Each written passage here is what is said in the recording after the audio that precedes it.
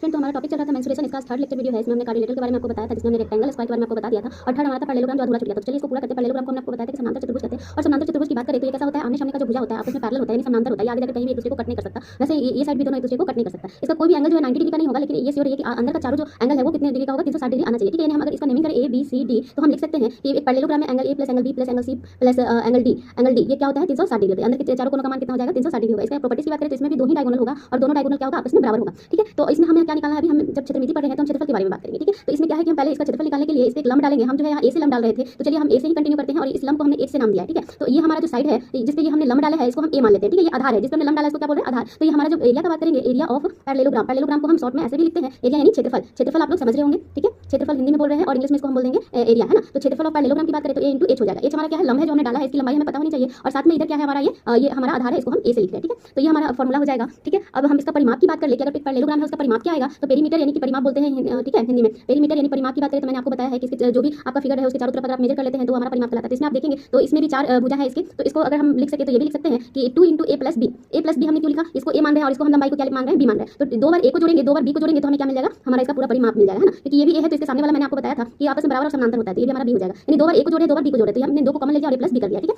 इसमें आपको कोई कंफ्यूजन नहीं होना चाहिए। तो अब नेक्स्ट हम देखते हैं, नेक्स्ट हम बात करेंगे समचतुर्भुज यानी रोम्बस के बारे में। रोम्बस कैसा दिखता है, तो ये बिल्कुल वर्ग के जैसा ही दिखता है, लेकिन इसमें क्या है, चारों भुजा आपस में बराबर होगा, लेकिन चारों कोण आपस में बराबर नहीं होगा। ये बी सी डी अगर इसकी हम बात करें तो ये क्या है, एक रोम्बस। इसका कोई भी एंगल 90 डिग्री का नहीं होगा, लेकिन ये जितने भी आपको भुजा दिख रही है आपस में बराबर होंगे, और इसका ये दो जो विकर्ण है यानी डायगोनल, ये एक दूसरे को 90 डिग्री पे काटेंगे, जैसे कि स्क्वायर में काट रहे थे। ठीक है, तो यहाँ पर हमें क्या याद रखना है कि जब भी इसका हम क्षेत्रफल की बात करेंगे ना, रोम्बस की क्षेत्रफल की बात करेंगे, ये काइट जैसा दिख रहा होगा, पतंग जैसा, तो ये हमेशा क्या है, इसके विकर्ण पे निर्भर करता है, और विकर्ण का जो है ना D1 D2 हमेशा अलग अलग होगा, दोनों विकर्णों का परिमाप अलग अलग होगा। तो अगर हम यहाँ पे एरिया ऑफ रोम्बस की बात करें, यानी रोम्बस को क्या बोल रहे हैं, समचतुर्भुज। एरिया ऑफ रोम्बस अगर हम बात करेंगे तो इसका फॉर्मूला हो जाता है 1/2 इंटू D1 इंटू D2। आप क्या करो, किसी एक विकर्ण को D1 मान लो, ठीक है, और दूसरे विकर्ण को हम D2 मान लेते हैं। ठीक है, तो इसका अगर प्रोडक्ट करेंगे और 1/2 से अगर मल्टीप्लाई कर देते हैं तो इसका हमको एरिया मिल जाता है। ठीक है, पेरीमीटर की बात करेंगे तो सेम ही रह जाएगा। पेरीमीटर जैसे आप वर्ग में पढ़े थे 4 इंटू ए, वैसे ही इसमें भी हो जाएगा। ठीक है, क्योंकि देखिए दो सारा भुजा तो बराबर ही है, और 4 इंटू ए कर देंगे तो चार भुजा है, चारों को गुना कर दिया। ठीक है, तो ये हमारा क्या है, भुजा है। ठीक है, यहाँ पेरीमीटर तो आपने समझ लिया क्या होता है। आपने ये सुना होगा every square is a rhombus but every rhombus is not a square, है ना। तो ये चीजें भी इस पे फॉलो होती है। मतलब आप हर वर्ग को रोम्बस कर सकते हो, लेकिन किसी भी रोम्बस को वर्ग नहीं कर सकते, क्योंकि इसका 90 डिग्री नहीं होता है। ठीक है, उसके बाद आप पांचवा नंबर पे फिर रोम्बस के बाद हम बात करेंगे ट्रेपेजियम की, जिसको हिंदी में बोलते हैं समलंब चतुर्भुज। ट्रेपेजियम कैसा होता है, आप देख सकते हैं हमने ए बी जो है उसको समांतर बनाया है सीडी के। समांतर करने का मतलब है ये इसका अपोजिट दो साइड ऐसा होगा जो आपस में समांतर होगा, कहीं भी जाकर आगे काटेगा नहीं। ठीक है, और ये दोनों इधर अपोजिट वाला साइड इक्वल नहीं होता है। ठीक है, तो यहाँ पे आप देख सकते हैं कि हमने ए से जो है एक परपेंडिकुलर ड्रॉ किया है, जिसको हमने एच नाम दिया है। एच क्यों दिया, क्योंकि हाइट को हम एच से लिखते हैं ना, तो ये हमारा वर्ड हो गया एच। ठीक है, और इसको लंब भी बोलते हैं हिंदी में। तो यहाँ पे आप देख रहे हैं